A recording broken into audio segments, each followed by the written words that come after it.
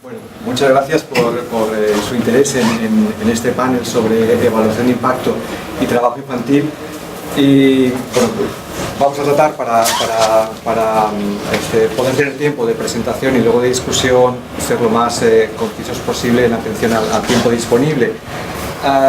Como señalaba Sibele, lo que les vamos a presentar nosotros es una evaluación de impacto que se está realizando en una iniciativa de trabajo infantil aquí en Perú, que forma parte de un proyecto más amplio que también está realizando una evaluación de impacto en Filipinas. Se trata de una evaluación que todavía está en proceso y eso lo van a ver en la presentación, en las lecciones aprendidas que hasta el momento estamos obteniendo en este tipo de ejercicio. Para contextualizarles, el proyecto que se está evaluando es un proyecto que se conoce como Proyecto Semilla, es un proyecto de erradicación del trabajo infantil aquí en Perú, en comunidades rurales del Perú. Está siendo implementado por un consorcio de tres organizaciones, DEIA, una organización ecuatoriano peruana, DESCO, una organización especializada en temas de producción, y World Learning. Es un proyecto que va comenzó en el 2012, está finalizando a finales del 2015 y tiene cuatro grandes componentes. Uno sobre servicios educativos, mejora de los servicios educativos en las comunidades rurales. Otro componente de mejora de la productividad, de la producción agrícola familiar. Un tercer componente de sensibilización sobre el trabajo infantil y un cuarto componente de políticas públicas. Están marcados en rojo estos tres primeros componentes porque son aquellos en los que se centra específicamente la evaluación de impacto que estamos haciendo, y ahora desarrollaré un poquito. Es un proyecto que abarca una población beneficiaria de unos 6.500 niños, niñas y adolescentes, teniendo adolescentes en el grupo de edad hasta los 18 años, de un conjunto de algo más de 2.000 hogares. Se está implementando en tres regiones del Perú, en Junín, Pasco y Huancavelica, que abarca las áreas rurales, dos tipos grandes de áreas rurales en las que la incidencia de trabajo infantil es más significativa: las zonas de selva baja, selva de selva, y las zonas altas de sierra andinas. Y ahí abarca cerca de más de 100 comunidades. Para que se hagan una idea de la dimensión del proyecto que está siendo objeto de evaluación. Este proyecto, a su vez, y ese es un componente no tanto metodológico, pero sino de la implicación de la evaluación de impacto. En Perú hay una estrategia nacional para la erradicación del trabajo infantil. Como parte de esa estrategia está implementando tres proyectos piloto, los tres de distinta manera sometidos a evaluaciones de impacto, con la finalidad de recoger evidencia para la mejora de las políticas del tema, de manera que esta evaluación nace ya, digamos, anclada o al servicio de proporcionar evidencias para la mejora de las políticas públicas en trabajo infantil. O sea, hay dos proyectos más piloto, uno en trabajo infantil rural y otro en trabajo infantil urbano. Entonces, digamos, es una particularidad y un aspecto interesante de esta evaluación que ya nace con ese propósito, ¿no? Y fundamentalmente los objetivos que se persiguen en esta evaluación de impacto, como en muchas, pero como decía, en este caso muy directamente vinculado a la mejora del diseño de políticas, es, por un lado, generar evidencias creíbles, sólidas, y como señalaba Sibel en su breve introducción, en los aspectos causales, que es un área en la que, digamos, el conocimiento sobre trabajo infantil, digamos, tiene una pata todavía un poco débil, ¿no? Ha habido mucho avance, por ejemplo, en generación de estadísticas sobre trabajo infantil, en caracterización del trabajo infantil, pero el área, digamos, de obtención de evidencias sólidas basadas en métodos rigurosos sobre qué estrategias funcionan y cómo y por qué en la erradicación del trabajo infantil, es un área todavía que quedan aspectos importantes por explorar, ¿no? Y la utilización es el otro aspecto importante de esta evaluación que tenemos, como señalaba, ¿no? La OIT, la Organización Internacional del Trabajo, como parte de ese apoyo que brinda a los países en el combate al trabajo infantil y en la promoción del trabajo decente, pues esta es una digamos, de sus aspectos principales, ¿no? Y que queremos también potenciar particularmente.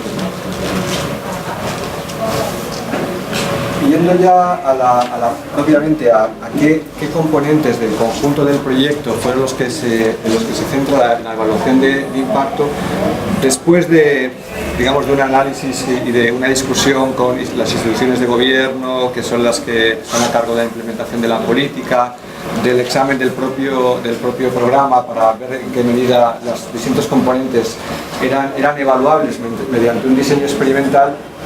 La evaluación se está centrando en dos de los componentes del proyecto. Una es una intervención educativa que se llama Escuela Multigrado. Básicamente en las comunidades rurales, en muchos casos, la escuela está llevada por un único maestro o maestra que atiende a los niños de los diferentes grados en una misma aula. Entonces, que en el caso del Perú es, digamos, una modalidad, ¿no?, de escuela muy extendida. Lo que el proyecto hace es mejorar el manejo metodológico y pedagógico de los profesores y profesoras que manejan aulas multigrado, para de esa manera mejorar la calidad educativa. Incluye también un componente de sensibilización a los maestros sobre trabajo infantil. Esa fue una de las intervenciones. El proyecto es más amplio, tiene también intervenciones de nivelación, de secundaria a distancia. Y la otra intervención importante, la otra componente en el que se centra la evaluación de impacto, es el componente de apoyo a la mejora productiva. Trabaja fundamentalmente en mejorar las capacidades y la tecnología de los pequeños productores para aumentar los ingresos y de esa manera eliminar la dependencia de la mano de obra infantil. De los tres áreas que abarca el proyecto, la evaluación de impacto está tomando comunidades de las tres regiones, de Junín, Pasquio y Huancavelica. Y se eligieron, uno de los aspectos para elegir las dos intervenciones fue, digamos, la importancia que tienen tanto para la erradicación del trabajo infantil, de educación y mejora de ingresos, como por el peso que también tienen en la política nacional. Entonces, ese fue también uno de los aspectos. Bueno, esto es la teoría del cambio sobre la cual estamos basando nuestra evaluación. Lo que les presentamos es la teoría del cambio específica de esos dos componentes que están bajo la evaluación. No abarca la totalidad del proyecto, ¿no? Una de las características, ven que tenemos, les ponemos los resultados, los outputs del proyecto y lo que son impactos a medio o corto plazo, es decir, en un ámbito de 1 año o 2 años, ¿no? Esto porque obviamente también hay en la teoría del cambio impactos a largo plazo, pero la evaluación, y esto lo comentaremos ahora, el marco temporal con el que estamos trabajando es año y medio. Entonces, lo que la evaluación de impacto va a poder observar son impactos a este nivel. Básicamente, en cuanto al componente productivo, partimos de la hipótesis de que, por un lado, lo que el proyecto va a producir es un mejor conocimiento y uso de las tecnologías y una mayor sensibilización de las familias productoras sobre el tema de trabajo infantil, sobre el que los niños no deben estar realizando trabajos peligrosos, sobre que no deben estar en horarios que interfieran su asistencia a la escuela, etcétera, ¿no? O sea, ese tipo de sensibilización hacia las familias, ¿no? En el componente de apoyo educativo, a través de las escuelas multigrado, lo que el proyecto va a producir como output es, por un lado, que los maestros estén aplicando mejores metodologías de trabajo en el aula, también el aumento de la participación y del involucramiento de las familias, de padres y madres, en la comunidad escolar y en la participación en la escuela y en el apoyo a la escuela, y una sensibilización tanto de maestros como de padres y madres sobre el trabajo infantil. Sí, perdón, sí, voy a dar a acelerar. Y los impactos que vamos a medir son en cambio de sensibilización, en mejora de ingresos y en desempeño escolar y un conjunto de variables educativas. Eso es el esquema, digamos, sobre el cual opera la evaluación de impacto, y aquí las dimensiones fundamentales, ¿no? Producción, resultados educativos, mejora de las condiciones escolares, actitudes y comportamientos y finalmente el trabajo infantil. Los impactos que queremos medir. Y este es de manera muy resumida el diseño. Tenemos 3 grupos experimentales asignados aleatoriamente, cada uno 1/3 de las comunidades. Uno de ellos es comunidades que reciben la intervención de producción, siempre con esta componente de sensibilización. Otro grupo que está recibiendo el componente de producción y de educativo, y el grupo de control. Ese es en esencia nuestro diseño. ¿Qué vamos a poder medir? El resultado del impacto de una intervención de producción que tiene un enfoque de sensibilización sobre el trabajo infantil, y el impacto comparando esto con esto, y el impacto de una intervención que combina producción y mejora de la educación a través de las escuelas multigrado. Esto es en esencia la evaluación de impacto en su diseño.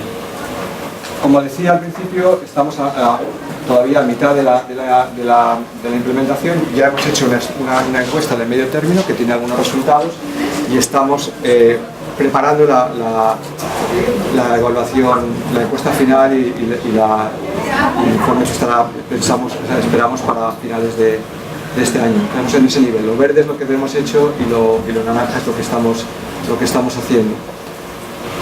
Dado este panorama, le voy a pasar la palabra a Vera, que va a comentar ya lecciones aprendidas de todo el proceso de elaboración de la evaluación. Bueno, buen día a todos. Creo que tengo 10 minutos. Como vemos, estamos todavía, digamos, a principios del 2015, estamos en una etapa relativamente intermediaria. No tenemos resultados, a diferencia de la próxima presentación, no tenemos resultados para presentarles. O sea, hemos tenido unos resultados intermediarios, ¿sí?, de evaluación a medio término, evaluación de impacto a medio término, pero que todavía no los podemos difundir porque estamos escribiendo el reporte final.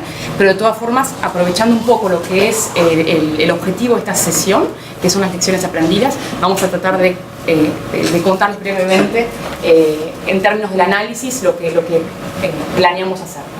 Entonces, por ahora, digamos que esto es tentativo y preliminar. Por ahora, me imagino que si están aquí presentes es porque por un lado están interesados en lo que son lecciones aprendidas, por otro lado evaluación de impacto, y por otro lado también trabajo infantil. De lo que es la teoría económica, algunas ideas básicas y conceptos básicos de la literatura teórica están explicados en esta diapositiva. No todos están relacionados con nuestras intervenciones, pero quise incluir esta lista como para tratar de entender, digamos, desde el punto de vista de la literatura económica, cómo explicamos por qué los niños trabajan. La primera es una de preferencias intrínsecas, o sea, las preferencias que no tienen que ver con medidas, o sea, algún indicador material, ¿sí?, sino que son preferencias cuando uno, por ejemplo, puede medir esto preguntando cuánto se valora el trabajo y la educación. ¿Usted qué prefiere que su niño trabaje y estudie al mismo tiempo, o que solo trabaje porque los estudios no rinden, o que se dediquen a estudiar?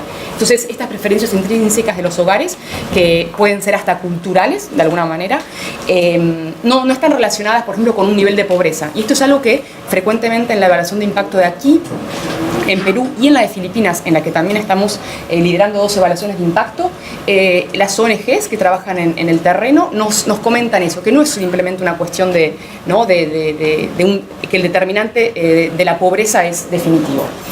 Otra, bueno, son La segunda es las fallas de mercado de crédito, o sea, claramente que en lugares marginales, en lugares pobres, con pocas infraestructuras, hay fallas de mercado. Esto significa que la oferta y demanda no funciona como debería funcionar, que los sectores más pobres y marginados son los más afectados y que por ende no acceden al crédito. Esto se ha más que nada también evaluado con los famosos programas de Conditional Cash Transfers, transferencias monetarias condicionadas, que tratan justamente de elevar las restricciones crediticias, digamos, de los hogares de alguna manera, o también el microcrédito, que se ha evaluado también aquí en el Perú y también en Filipinas, de hecho. Otra, bueno, es la estructura del mercado de trabajo, tamaño de la obra, tamaño de la mano de obra del hogar.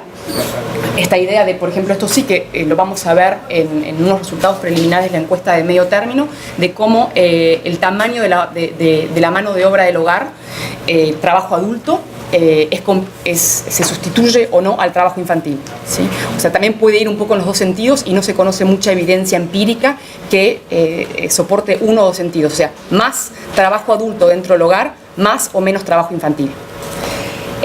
Frente a shock negativos, bueno, también hubieron estudios hechos sobre todo en Senegal, shocks negativos que reciben los hogares, materiales, climáticos, etcétera. ¿Cuáles son las consecuencias de estos shocks? Es aumento del trabajo infantil. Hay un trabajo de Eric Edmonds que trabaja mucho sobre el trabajo infantil, es un economista norteamericano, entonces aumenta el trabajo infantil ante la imposibilidad de suavizar el consumo con respecto a ingresos futuros. Esta idea de tratar de generar, suavizar, digamos, el consumo intertemporal. Claramente también la tenencia de la tierra. Sí, la tenencia de la tierra también está fuertemente correlacionada contra el trabajo infantil. Y bueno, y después, por la última, les pasamos la diapositiva. Esto es un pequeño repaso que imagino que no será la primera vez que lo leen. Simplemente quisiera que quede claro, porque voy a hablar luego más tarde, de los test de robusteza que hacemos para tratar de mantener validez externa y validez interna. Sí, nosotros seleccionamos nuestra muestra de evaluación, que de hecho fue lo que ocurrió en nuestras 117 comunidades. Fue una selección aleatoria dentro de la población de unidades elegibles dentro de estas 3 regiones, ¿sí? La selección de esas 117 comunidades se hizo de manera aleatoria de un registro de escuelas multigrado y de comunidades rurales de esas 3 zonas. De esa manera se pudo extraer esta muestra de evaluación. En ese sentido, nuestra validez externa no es inmensa, pero al menos corresponde a esas 3 regiones. Por supuesto que a un estudio nacional de lo que es el trabajo infantil es un poco limitada, pero a los fines de lo que es a veces se llama el piloto, una evaluación de impacto a escala reducida, como es esta, porque estamos hablando de una muestra pequeña de 2.000 hogares. De todas formas, bueno, cubrimos 3 regiones, que no es también usual en las evaluaciones de impacto por asignación aleatoria de tener unas restricciones tan grandes. Y dado que entre el grupo de tratamiento y los grupos de control también hemos hecho la aleatorización, podemos mantener la validez interna. Lo que se llama la validez interna, lograr tener 2 grupos que se puedan realmente comparar. Si al fin, a medio término en la encuesta final observamos diferencias entre los grupos, estas podrán ser atribuidas al programa.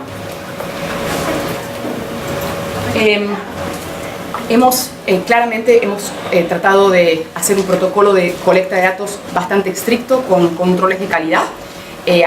Dado que hemos tenido también una encuesta de base muy pequeña, una encuesta de base que era casi de 4 páginas, que por cuestiones de temporalidad agrícola no hemos podido hacer una encuesta de base más importante como hubiéramos deseado. Entonces hemos, por supuesto, hecho a medio término y al final, o sea, la encuesta final de hecho comienza en 2 semanas, un control de datos bastante estricto, esto es muy costoso, es muy engorroso y toma mucho tiempo, pero bueno, se han hecho verificaciones aleatorias dentro de las comunidades, por comunidad, por encuestador, ¿sí? Para no solo medir la pertinencia de las preguntas, pero también sí la performance de los encuestadores. Se han efectuado test a los encuestadores. O sea, en ese sentido les comento esto porque son lecciones aprendidas que creo que son importantes para replicar en otro tipo de encuestas. Y de hecho no solo en evaluaciones de impacto. Y también hubo una supervisión externa por fuera de la empresa que ejecutó estas encuestas. Hubieron incentivos financieros para llegar al 100% de la tasa de respuesta. La tasa de respuesta, o sea, nosotros elegimos la metodología por asignación aleatoria porque es la metodología que nos garantiza, es una de las metodologías que nos garantiza realmente tener grupos comparables. Pero si no estamos atentos a lo que es a medio término y al final de las encuestas, de tratar de mantener una tasa de respuesta alta, casi cercana al 100%, pero también minimizar la tasa de respuesta diferencial entre los dos grupos, ¿sí? La tasa diferencial tiene que ser casi nula, ¿sí? Para tratar de que cada grupo, el porcentaje de tasa de respuesta de cada grupo sea bastante similar. Entonces, bueno, hubieron incentivos para llegar al 100%, crecientes del 90 al 95, y estos controles de calidad también para garantizar la tasa, el menor tipo posible de sesgos.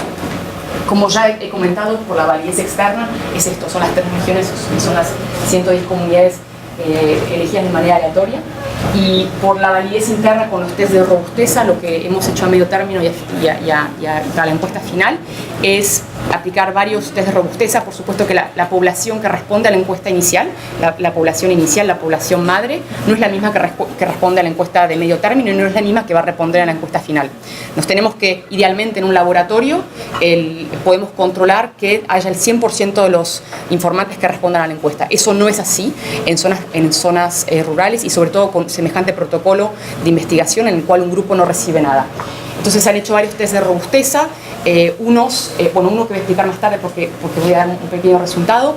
El otro es tratar de, para confirmar si seguimos teniendo validez interna, o sea, grupos comparables, se ha vuelto a hacer el check de balanceo para saber si los grupos siguen siendo comparables con los que han respondido a la encuesta de medio término. O sea, utilizando las variables de base, las variables del baseline de la primera encuesta, se ha tratado de volver a hacer el balance para saber si con los que han respondido a la encuesta de medio término seguimos teniendo grupos equivalentes, estadísticamente equivalentes.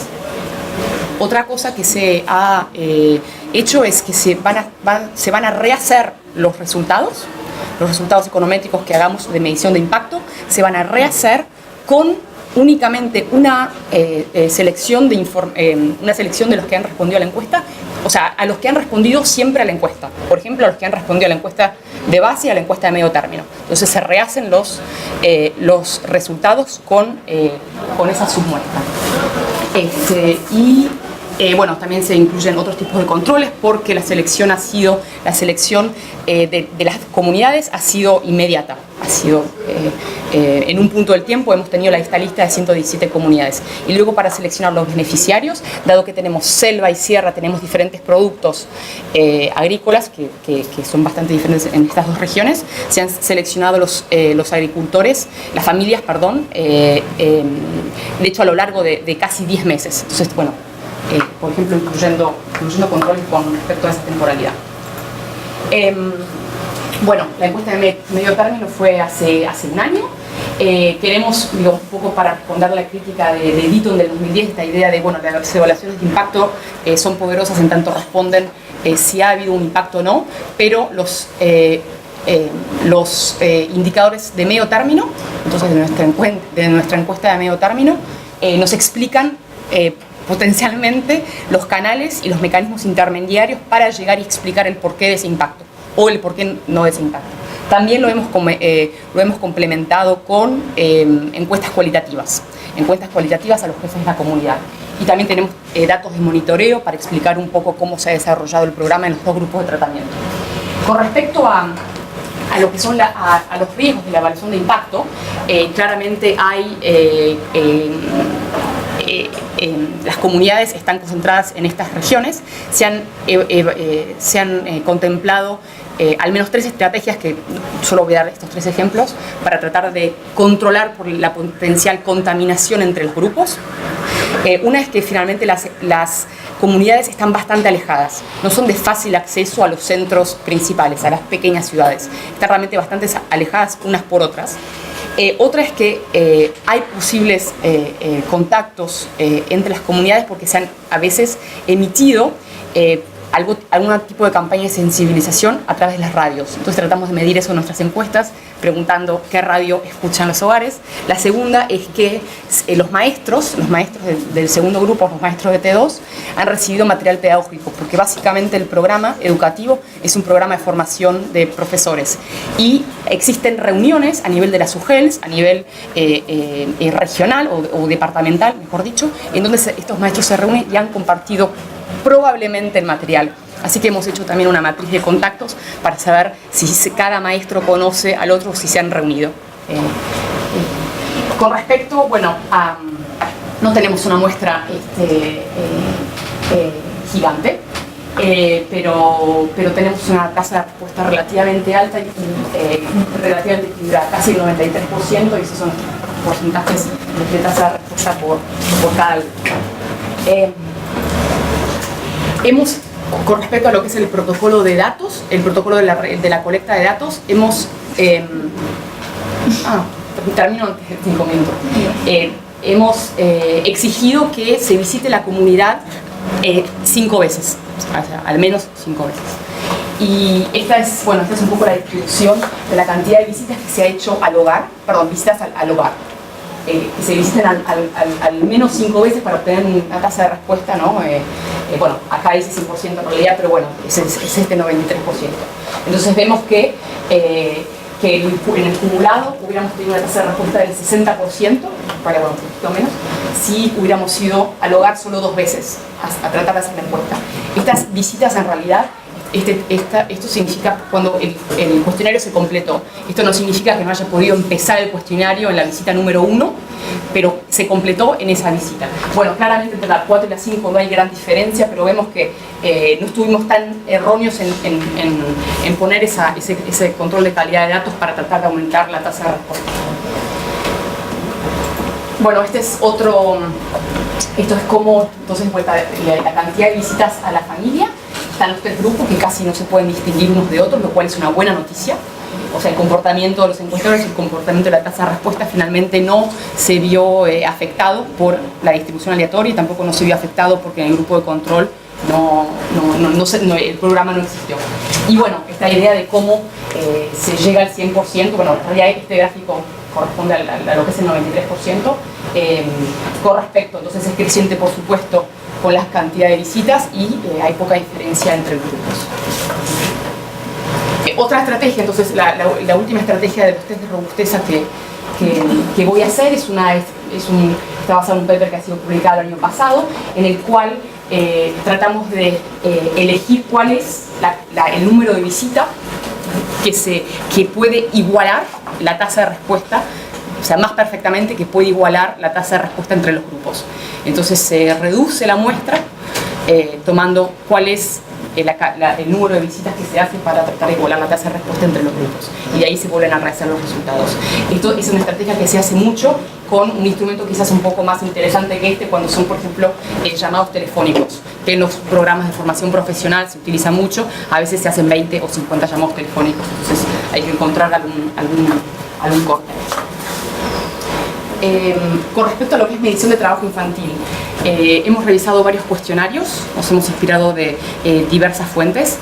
Es difícil, o sea, consideramos que es difícil medir el trabajo infantil, que hay problemas por alguna manera es difícil medir todo tipo de indicador, y consideramos que el trabajo infantil también lo es. Hemos hecho un cuestionario relativamente pesado, es un cuestionario que pide, o sea, hemos piloteado la primera encuesta en más o menos, hemos hecho más de casi 90 encuestas en donde hemos recogido todas las actividades que los niños hacen, ¿sí? Hemos hecho el piloto, entonces en comunidades que no pertenecían a la muestra, pero en contextos similares, y hemos recogido todas las actividades que los niños pueden realizar. Hemos hecho un catálogo de actividades y a cada niño del hogar se le preguntaba día por día, hora por hora, lo que hacía. Tratamos de incluir la totalidad de los riesgos indicados en los convenios internacionales para favorizar la comparación internacional, y también la legislación nacional, que tiene algunas modificaciones, y también las modificaciones que ha incluido la ONG. La ONG considera, reporta los dos, ¿no? Pero también la ONG ha hecho otra definición con respecto a las horas, sobre todo de lo que ellos consideran trabajo infantil y por edad. Así que es un cuestionario bastante pesado. Y por otro lado, para tratar de medir si existen errores de medición en lo que es el trabajo infantil, tratamos de indagar en una muestra un poco más reducida, no digamos a los 2.000 hogares, medir el trabajo infantil sobre esos mismos niños, pero que el informante sea el jefe de la comunidad, el maestro de la escuela y la madre o el padre en el hogar. O sea, este reloj de actividades se los hace directamente a los niños. Entonces se aplica de vuelta este instrumento de manera reducida a los otros informantes. Y así que, bueno, y muchas gracias y entonces terminamos.